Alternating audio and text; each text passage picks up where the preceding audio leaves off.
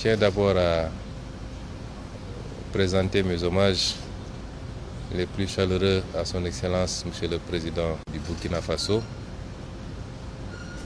Monsieur le Président Ibrahim Traoré.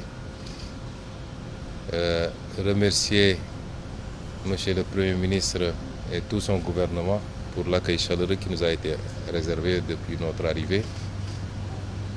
Lui transmettre les salutations de tout le peuple sénégalais, à la tête duquel son Excellence Monsieur le Président Bassirou Diomaye Diakhar Faye, qui a bien voulu autoriser cette mission sur invitation de mon homologue du Burkina Faso pour deux objectifs. D'abord, une visite pour participer à la célébration d'un grand et digne fils de l'Afrique, d'un leader qui illumine depuis quelques décennies tous les combats patriotiques, panafricanistes et souverainistes du continent, c'est-à-dire le regretté président Thomas Sankara, qui sera célébré demain à travers l'inauguration du mausolée qui lui est dédié, mais également une visite de travail avec mon homologue du Burkina sur un certain nombre de thématiques de coopération entre nos deux pays. Et c'est dans ce cadre-là que nous avons eu l'honneur d'être reçus par Monsieur le Président du Burkina Faso, qui nous a accordé un long entretien pendant lequel nous avons pu passer en revue un certain nombre de problématiques. D'abord sécuritaires, et je tiens au nom du président Bassirou Diomaye Faye à transmettre à tout le peuple burkinabé la solidarité du peuple sénégalais face à cette épreuve qui lui est imposée, qu'il n'a pas choisie, mais qui lui a été imposée. Transmettre un message de soutien absolu au président Traoré, à tout son gouvernement et au peuple burkinabé dans sa lutte contre ce terrorisme qui lui a été imposé.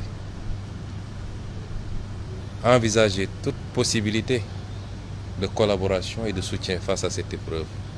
Parce qu'il est illusoire de penser que lorsque le Burkina ou le Mali ou le Niger subissent cette épreuve, que ça restera simplement dans les frontières de ces pays. Nous savons tous que nos destins sont liés par l'histoire et par la géographie.